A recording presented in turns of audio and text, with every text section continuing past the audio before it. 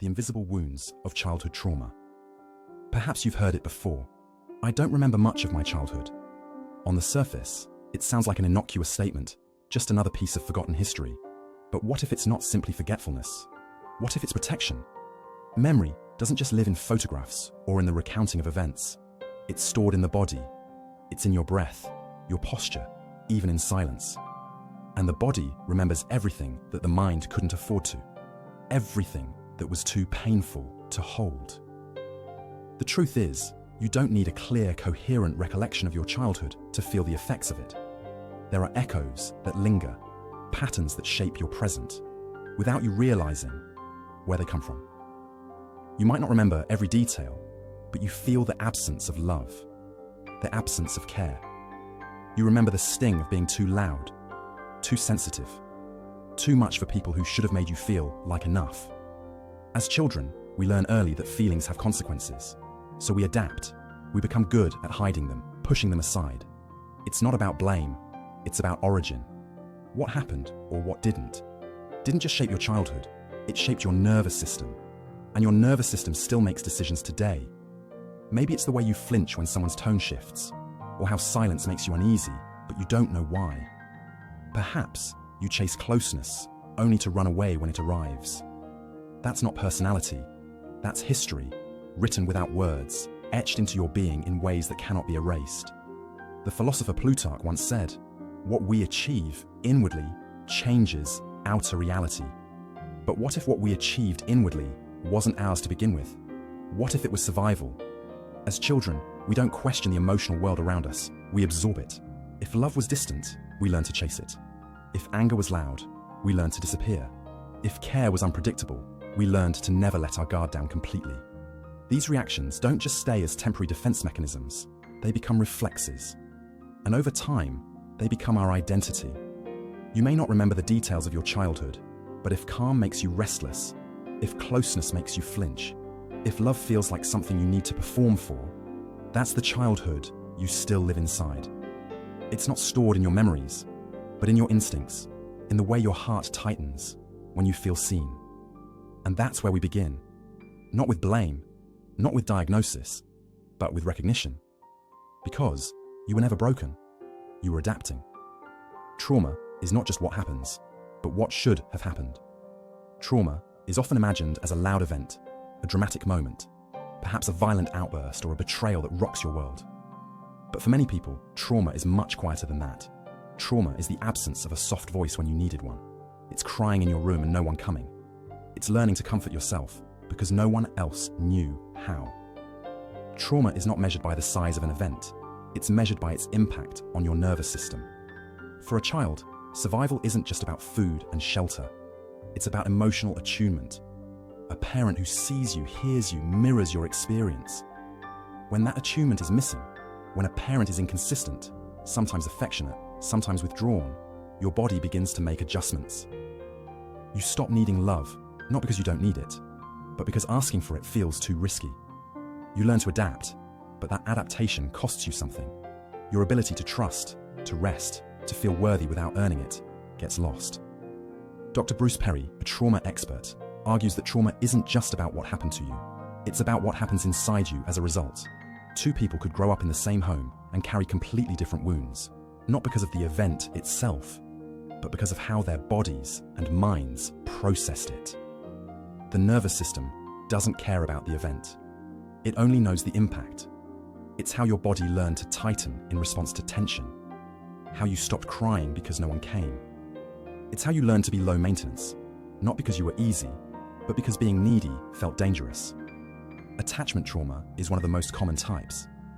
It happens when the person who is supposed to provide safety is also the source of unpredictability.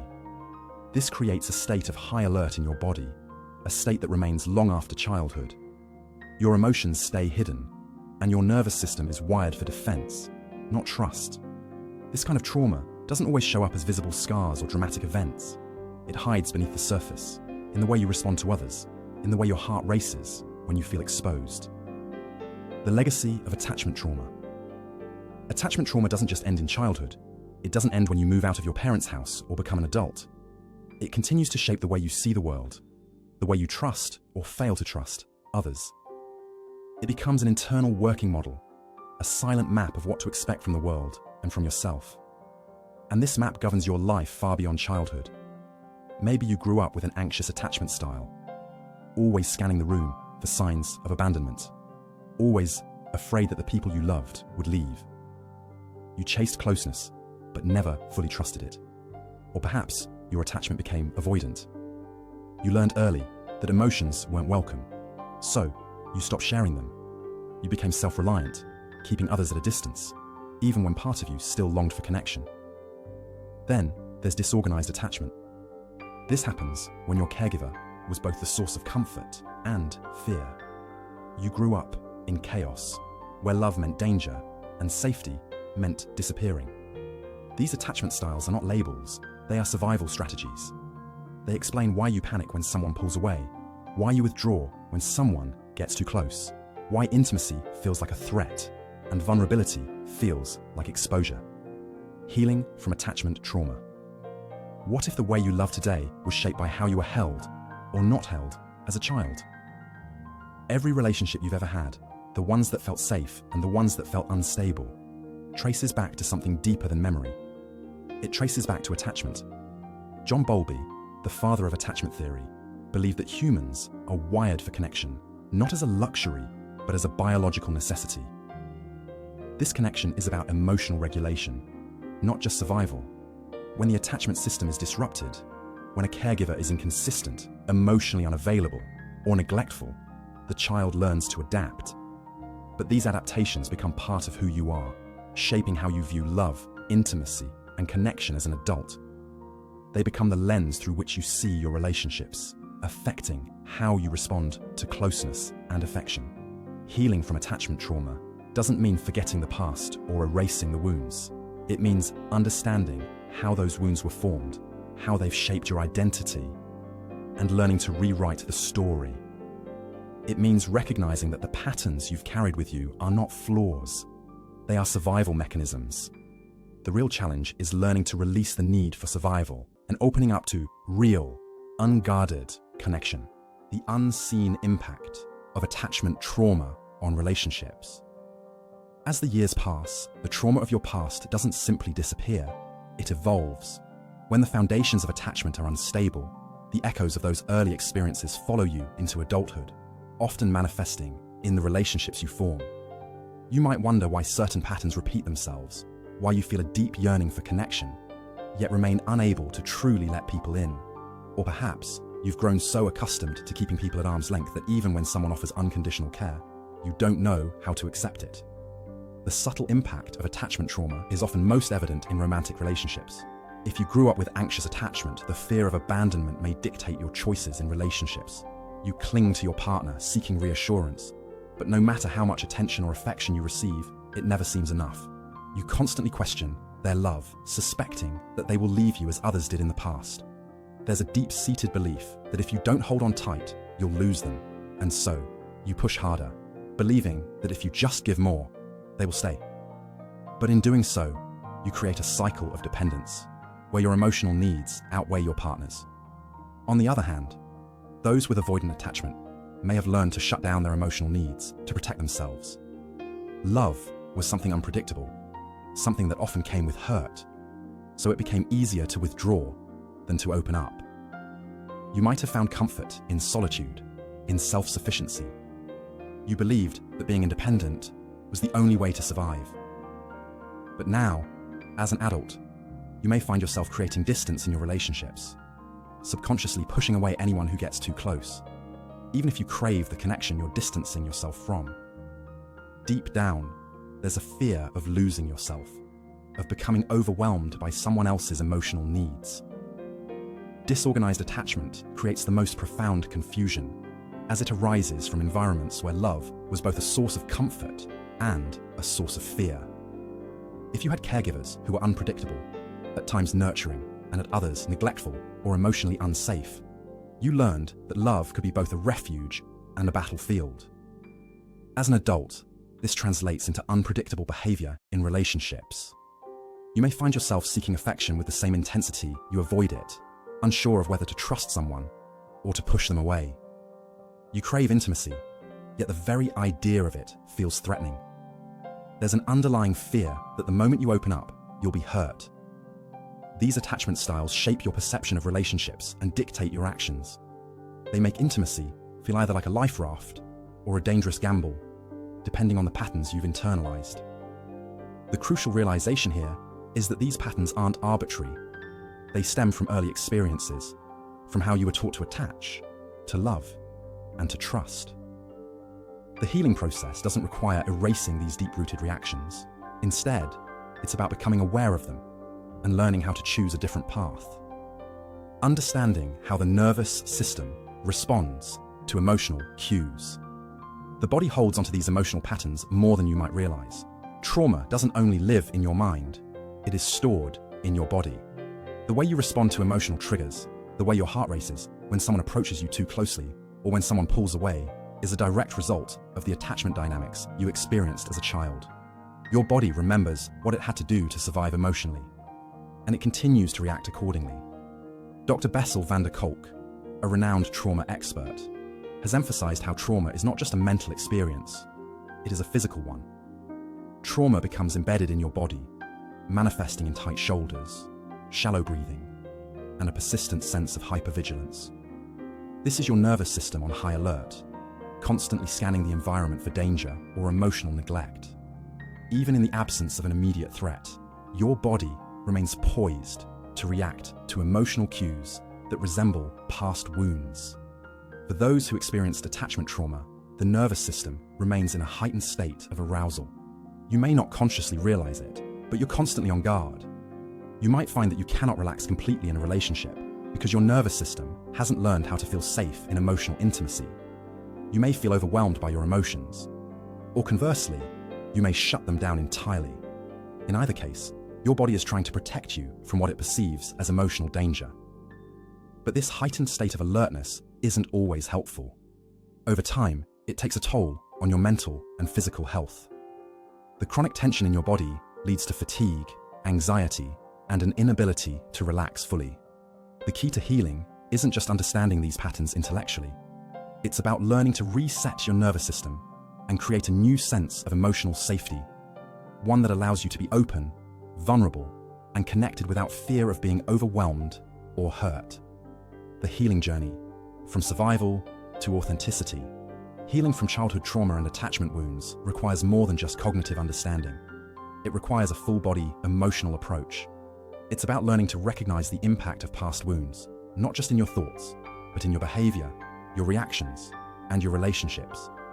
It's about recognizing when you are responding out of fear, rather than authenticity, and choosing to act from a place of self-awareness instead. A crucial first step in healing is to re-establish trust in yourself. Trust that you can handle discomfort without retreating. Trust that you can tolerate vulnerability without losing yourself.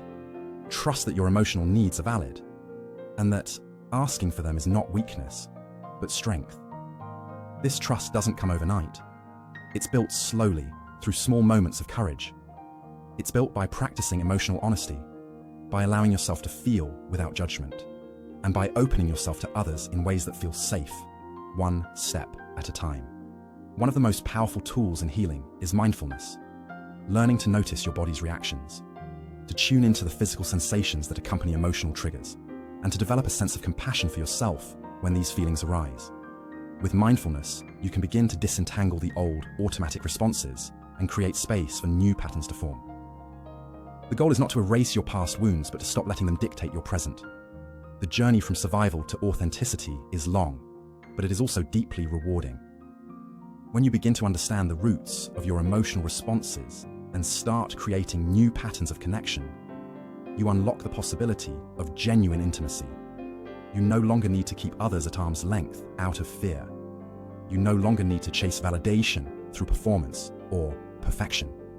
You can simply be you, whole and unguarded, surrounded by people who can love you for who you are, not who you've had to become in order to survive. The long-term effects of unresolved attachment trauma.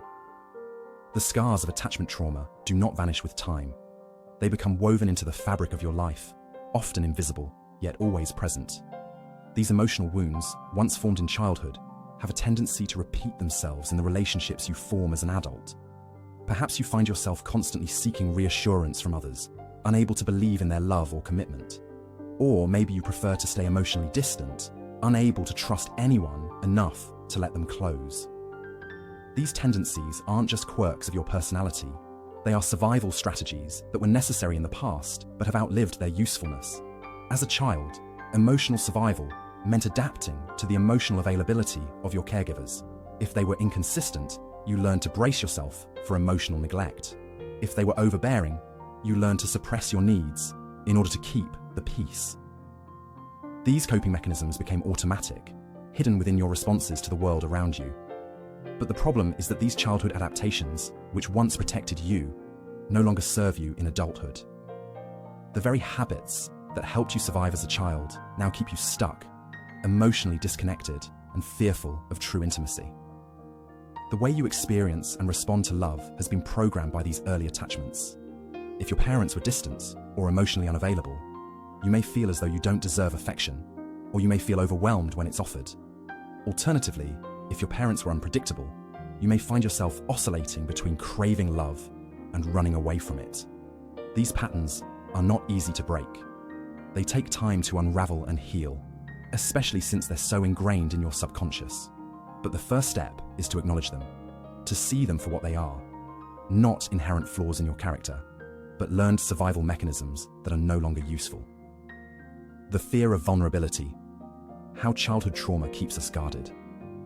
Vulnerability is one of the most powerful tools for emotional connection, yet it's often the hardest thing for trauma survivors to embrace. If you grew up in an environment where emotional expression was either discouraged or punished, vulnerability may feel like an unsafe act. Being open with your feelings could have led to rejection, neglect, or even ridicule, so you learned to hide your emotions. This emotional suppression becomes so habitual that it turns into an automatic defense mechanism, an invisible wall between you and the world. But what does this emotional wall do to your relationships? It creates distance. It keeps people at arm's length. And although you may convince yourself that you don't need anyone, the truth is that isolation is exhausting. Over time, it can breed resentment, loneliness, and even self-doubt. The fear of being hurt or rejected keeps you from allowing others in.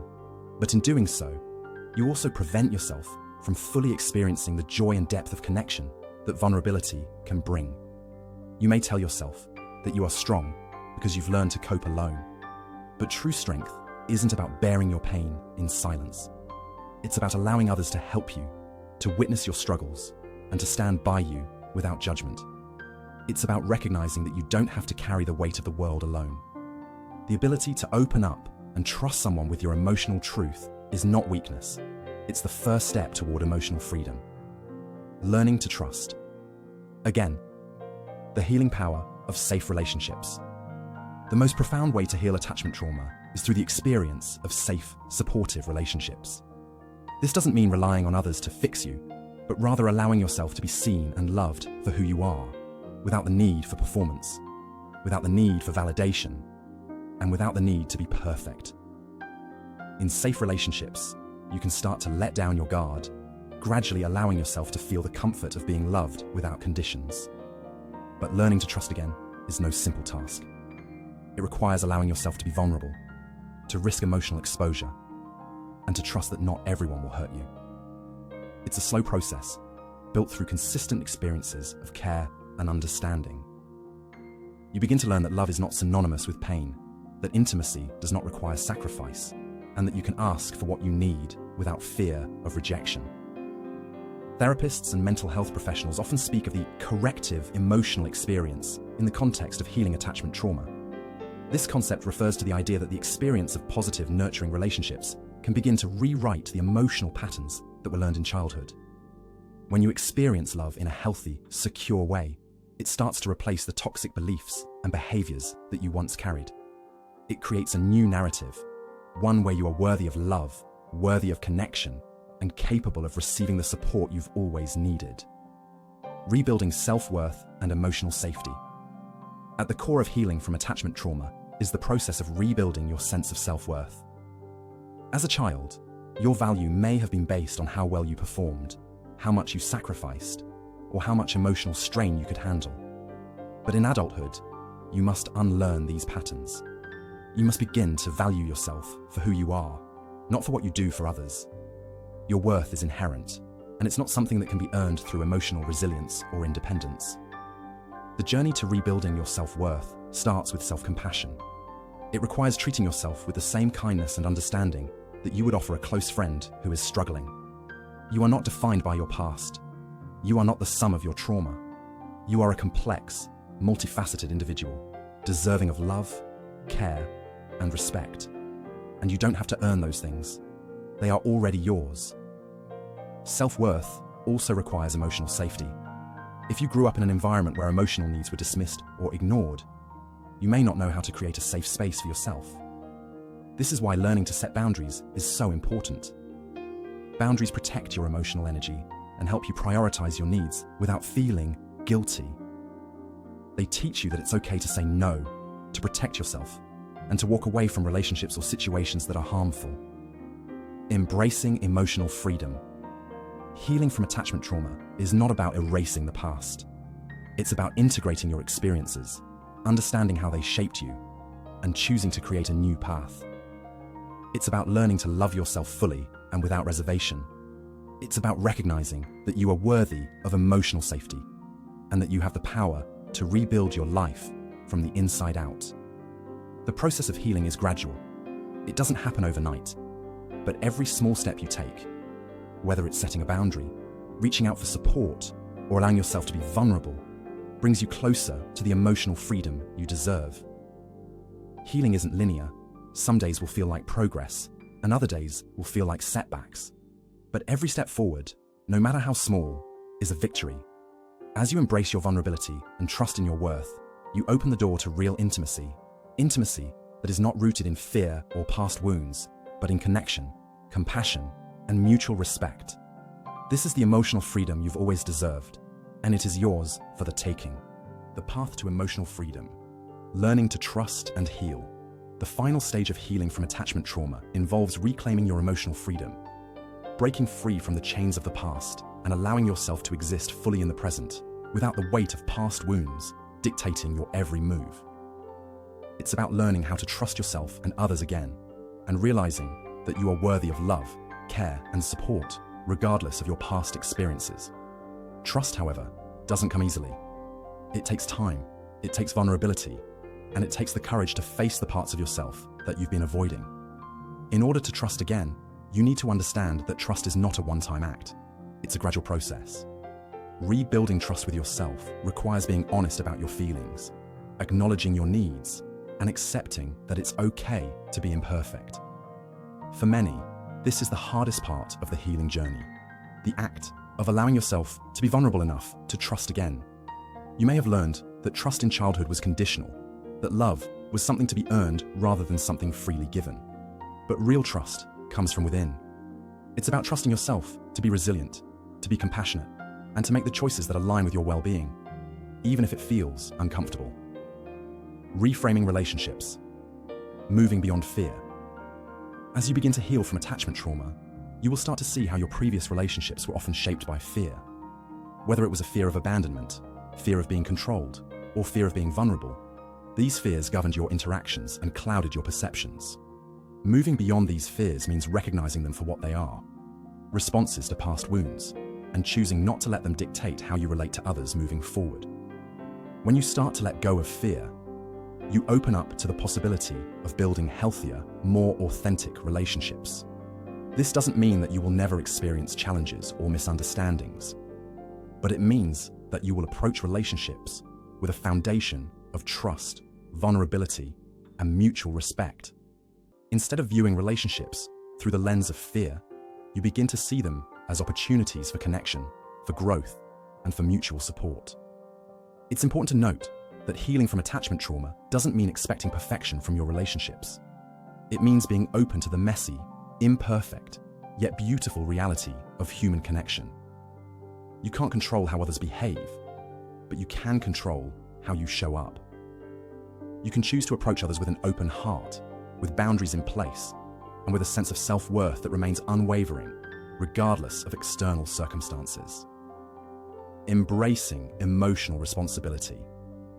One of the key components of healing is learning emotional responsibility, the understanding that you are responsible for your emotions, and that no one else can be blamed for how you feel. This doesn't mean taking on guilt or shame for your past experiences, but it does mean taking ownership of how you react to the present moment. When you hold yourself accountable for your emotions, you empower yourself to respond thoughtfully rather than react impulsively. Emotional responsibility involves breaking free from the patterns of emotional reactivity that may have been ingrained in you through your attachment trauma. It means recognizing when old patterns of fear, anger, or sadness arise and choosing to respond with awareness instead of reflex. This shift doesn't happen overnight, but with practice, you begin to reclaim control over your emotional responses. You learn that your feelings are valid, but that you don't have to let them dictate your actions. You can feel the full spectrum of emotions and still act in alignment with your values and your healing journey. Living with compassion and integrity. The final step in the journey of healing from attachment trauma is learning to live with compassion, both for yourself and for others. Compassion is the foundation of emotional freedom. It's about accepting yourself as you are, flaws and all, and being gentle with yourself when you fall short of your own expectations. It's about recognizing that healing is a process and that there is no finish line. Healing is about creating space for growth, for self-discovery, and for living in alignment with your truest self. In relationships, compassion allows you to see others not as obstacles or sources of pain, but as fellow travelers on a shared journey of growth and healing. When you can offer compassion to others, you release the need to control them, to mold them into something they are not. Instead, you begin to allow others to show up as their authentic selves, and you meet them with openness and acceptance. This mutual compassion creates a safe space for emotional connection, where both parties are free to express their true feelings and needs without fear of judgment or rejection. Living with integrity means showing up in the world as your authentic self. It means honoring your values, your boundaries, and your emotional needs, even when it's uncomfortable. It means choosing to act with honesty and respect, both for yourself and for others. When you live with integrity, you create an environment where trust can flourish, where vulnerability is met with acceptance, and where love can be experienced in its truest form. Rewriting your story, embracing emotional freedom. The ultimate goal of healing from attachment trauma is to rewrite the story that has been defining you for so long. It's about letting go of the old narrative that says you are unworthy of love or connection. It's about dismantling the beliefs that tell you that you are only lovable if you're perfect or self-sufficient. And it's about creating a new narrative, one that allows for imperfection, one that embraces vulnerability, and one that values emotional connection as the foundation of a meaningful life. You are more than the sum of your past experiences. You are not defined by the wounds you carry or the patterns you've lived out.